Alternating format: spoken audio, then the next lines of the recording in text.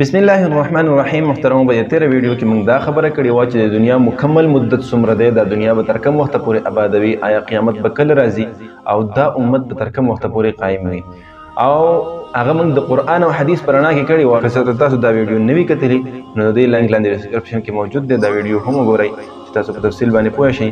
او په دې نننۍ ویډیو کې موږ اهل مجوس، نصارا او عیسایانو رایه معلومو چې هغوی د دنیا په باره کې څه رایه ده، هغوی څه وایي.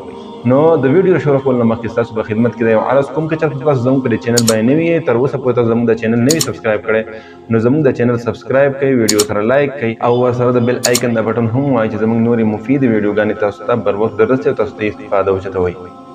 نو محترمو یهودیان دا دعوه کوي چې د دنیا مکمل مدت یعنی د آدم علیه السلام نه راواخله تر د هجرت نبی صلی الله علیه وسلم پورې دا ټول 4642 سال دی. او یهودیان دغه موافق د هر یو کس ولادت او د هر نبی بعثت اندازه لګوي، د هغې حساب کتاب لګوي.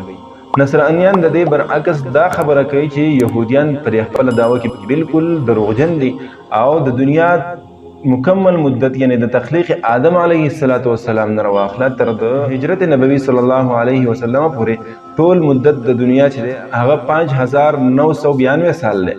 او نصرانیان د دغه موافق د هر بادشاه او د هر نبی بعثت او د هغه حالات واقعیت بیانوي. یهودیانو د حضرت عیسی علیه السلام د نبوت نه بالکل انکار کړی دی او د هغه عیسایانو د هغه تاریخ نه چې کوم د ولادت عیسی علیه السلام نه شروع کېږي د هغې بالکل انکار کړی دی.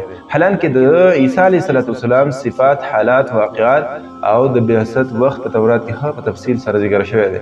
د دې باوجود د هغې نه انکار کول دا بالکل کذب او دجل او فریب دی. لیکن اصل خبره دا نه چې د کم شخصیت دوی انتظار کوي او د هغه حالات، صفات او د ولادت او د بعثت وخت په تورات کې ذکر شوی دی کم چې نصرانیان عیسی علیه السلام ګڼي، نو یهودیان وایي چې دغه کس لا تر اوسه پورې راغلی نه دی او د هغه تر اوسه پورې دوی انتظار کوي. علامه طبري رحمت الله علیه فرمایي چې دوی چې د کم شخصیت انتظار کوي او کم حالات دوی بیانوي، کم علامات د هغه بیانوي، نو دا دجال لعین دی. د کم علامات چې نبی علیه السلام د امت ته بیان کړي دي او نبی علیه السلام دا هم فرمایلی دي چې د دجال لعین اکثر متبعین به یهودیان وي. او د دغه روایت مطابق لکه څنګه چې نور روایتونو هم معلومیږي دغه دجال که چرته عبدالله ابن زیاد وي نو د عبدالله ابن زیاد یهودي النسل سړی دی، خامخا به د اتباع یهودیان زیات کوي.